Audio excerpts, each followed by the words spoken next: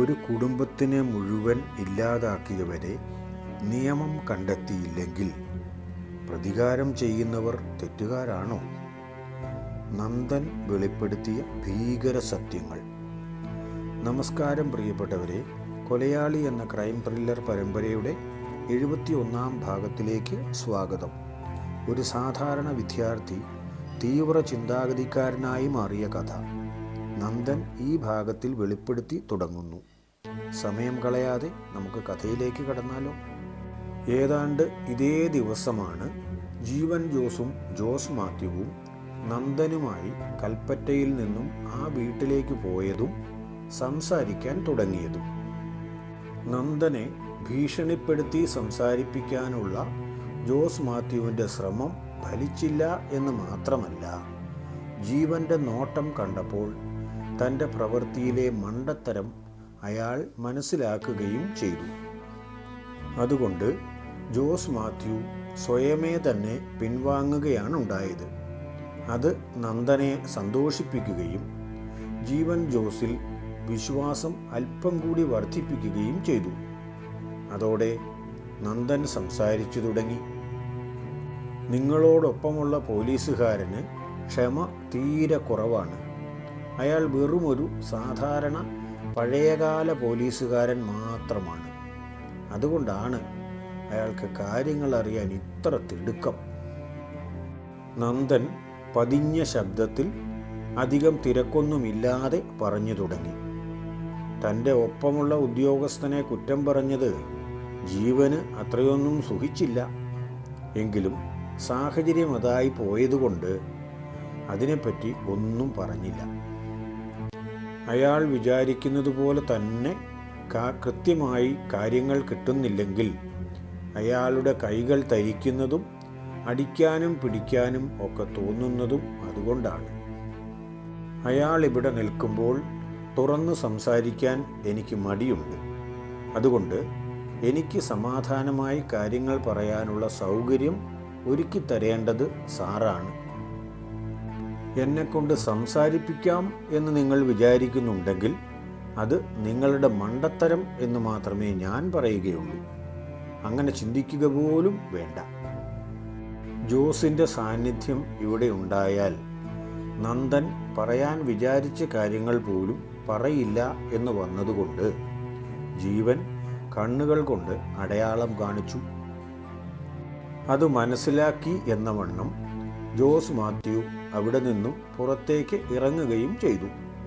ഇപ്പോൾ നന്ദനും അയാളുടെ മുൻപിൽ ആ മുഖത്തേക്ക് തന്നെ സൂക്ഷ്മമായി നോക്കിക്കൊണ്ടിരിക്കുന്ന ജീവൻ ജോസും മാത്രമാണ് ആ മുറിയിൽ. നന്ദൻ പരിസരമൊന്ന് വീക്ഷിച്ചു. എല്ലാം കൊണ്ടും അയാൾ ആഗ്രഹിക്കുന്നത് പോലെയുള്ള സാഹചര്യങ്ങൾ ഒത്തുകിട്ടിയിട്ടുണ്ട് എന്ന് മനസ്സിലായപ്പോൾ പിന്നെയും പറഞ്ഞു തുടങ്ങി. ഞാൻ പറയാൻ പോകുന്നത് കഥയല്ല, നടന്ന സംഭവങ്ങൾ മാത്രമാണ്. ഞാൻ കോഴിക്കോട് ഗുരുവായൂരപ്പൻ കോളേജിൽ പഠിക്കാൻ പോകുന്നതിന് മുൻപ് തന്നെ എൻ്റെ മനസ്സിൽ അല്പം തീവ്രമായ ചിന്താഗതികളായിരുന്നു ഉണ്ടായിരുന്നത്. നക്സലൈറ്റ് വേട്ടയുടെ കാലത്ത് വർഗീസിനെ തിരുനെല്ലിക്കാട്ടിൽ വെച്ച് വെടിവെച്ചു കൊന്നതുപോലും യഥാർത്ഥത്തിൽ നടന്ന ഒരു ഏറ്റുമുട്ടലായിരുന്നില്ല എന്ന് എനിക്കറിയാമായിരുന്നു. കൊന്നുകൊണ്ടുപോയി വനത്തിൽ നിർത്തിയിട്ട് പേരിന് മാത്രം വെടിയുതിർത്തതാണെന്ന് അന്ന് മുതൽ തന്നെ തിരുനെല്ലിക്കാർ പറഞ്ഞുകൊണ്ടിരിക്കുന്നതാണ്. പക്ഷേ അത് പുറത്തു വന്നില്ലെന്നേ ഉള്ളൂ. ആ സംഭവം പലരിലും വ്യാപകമായ പ്രതിഷേധമുണ്ടാകാൻ കാരണമായി. കൂടുതലും യുവാക്കളുടെ മനസ്സിലാണ് അതിനെതിരെ പ്രതികരണം ഉണ്ടായത്. ചിലരുടെ പ്രതികരണങ്ങൾ നിശബ്ദമായിരുന്നു. എന്നാൽ മറ്റു ചിലത് അങ്ങനെ ആയിരുന്നില്ല. എൻ്റെ മനസ്സിലും അയാളോട് ചെയ്തത് അന്യായമാണെന്നുള്ള തോന്നൽ ഉണ്ടായിരുന്നു.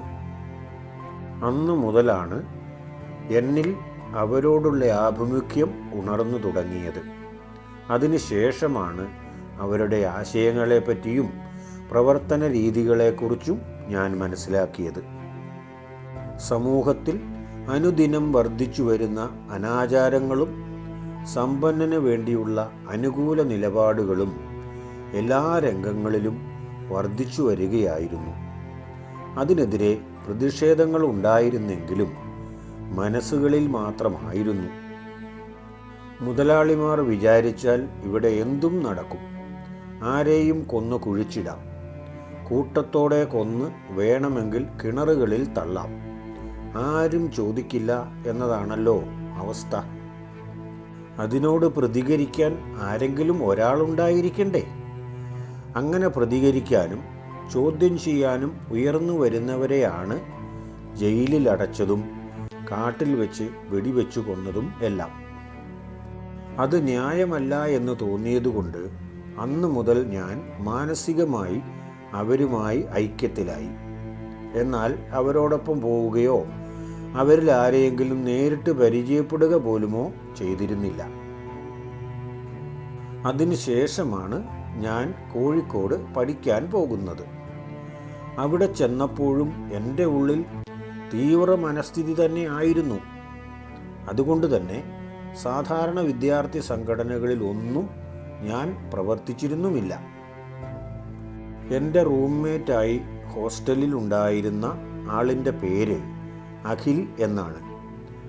അഖിലിന് ആകെ ഒരു സഹോദരനാണുള്ളതെന്നും അയാളുടെ പേര് നിഖിൽ എന്നാണെന്നും അവൻ പറഞ്ഞത് എനിക്കറിയാം.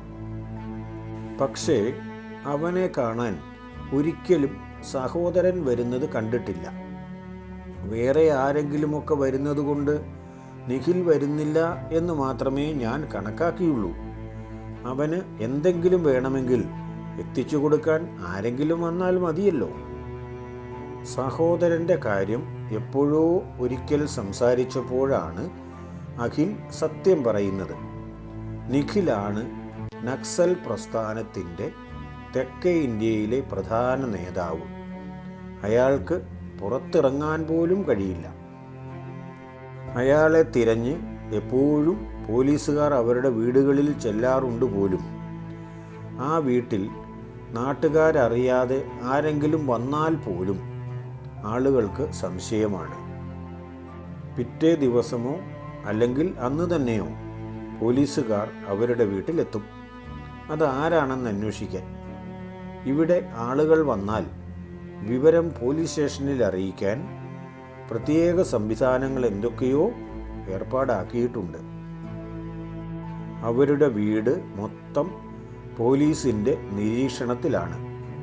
എന്നാൽ ഇത്ര നാളായിട്ടും നിഖിലിനെ കണ്ടുപിടിക്കാനോ അറസ്റ്റ് ചെയ്യാനോ ഒന്നും അവർക്ക് കഴിഞ്ഞിട്ടില്ല.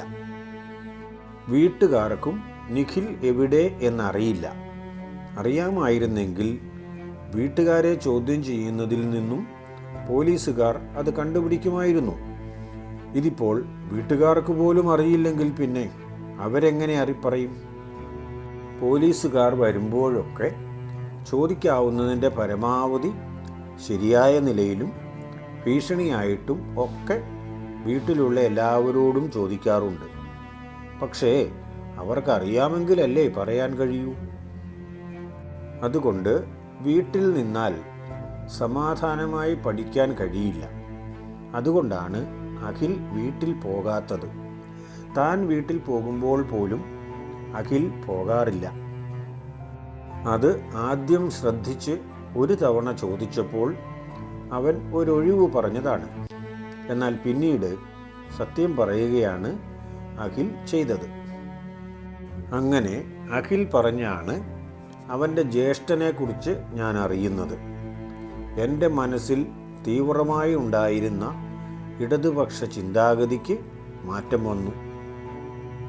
നിഖിലിനെ പറ്റിയുള്ള അറിവോടുകൂടി അത് കുറയുകയല്ല, കുറച്ചുകൂടി ശക്തി പ്രാപിക്കുകയാണ് ചെയ്തത്. ഒരു ദിവസം രാത്രി നിഖിൽ ഞങ്ങളുടെ ഹോസ്റ്റലിൽ വന്നു.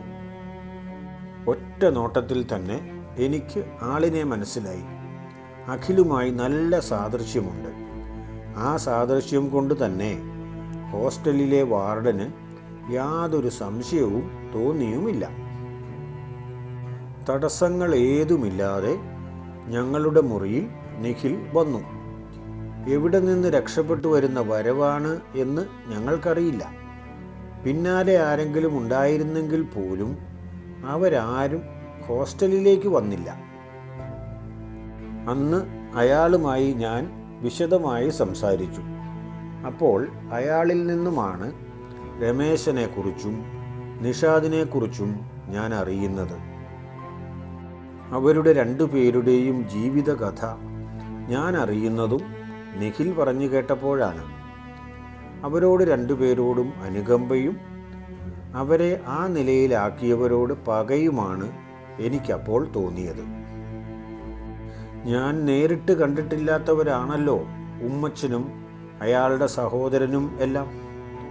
ക്രൂരതയുടെ പര്യായങ്ങളായ അവരെ ഞാൻ ആദ്യമായി എൻ്റെ മനക്കണ്ണിൽ കാണുന്നത് അന്നാണ്. അവരുടെ ക്രൂരത പറഞ്ഞു കേട്ടതുപോലും ആരും ഭയപ്പെടുന്ന രീതിയിലായിരുന്നു. അപ്പോൾ പിന്നെ അനുഭവിച്ച കാര്യം നമ്മളുടെ സങ്കല്പത്തിനും അതീതമല്ലേ. നിഖിലിൽ നിന്നാണ് ഞാൻ അറിഞ്ഞത് രമേശൻ്റെ വീട്ടിലുള്ള ഓരോ ആളുകളെയും ഉമ്മച്ചനും സംഘവും കൊല ചെയ്ത വിവരം. അതിൻ്റെ കാരണം കൂടി കേൾക്കുമ്പോഴാണ് ആർക്കും അവരോട് കൂടുതൽ പകയുണ്ടാവുന്നത്. വളർച്ച പ്രാപിച്ചുകൊണ്ടിരിക്കുന്ന ഒരു നഗരത്തിനടുത്ത് കുറച്ച് സ്ഥലമുണ്ടായത് മാത്രമാണ് അവരുടെ ഭാഗത്തെ ഏക തെറ്റ്. അല്ലെങ്കിൽ അത് ഉമ്മച്ചൻ ചോദിച്ചപ്പോൾ അവർ വിൽക്കാൻ തയ്യാറായില്ല എന്ന് പറഞ്ഞതാണ് പിന്നത്തെ തെറ്റ്. ആ തെറ്റിനാണ് ഒരു കുടുംബത്തിനെ മുഴുവൻ ഒരു രാത്രിയിൽ കൂട്ടക്കൊല ചെയ്തത്.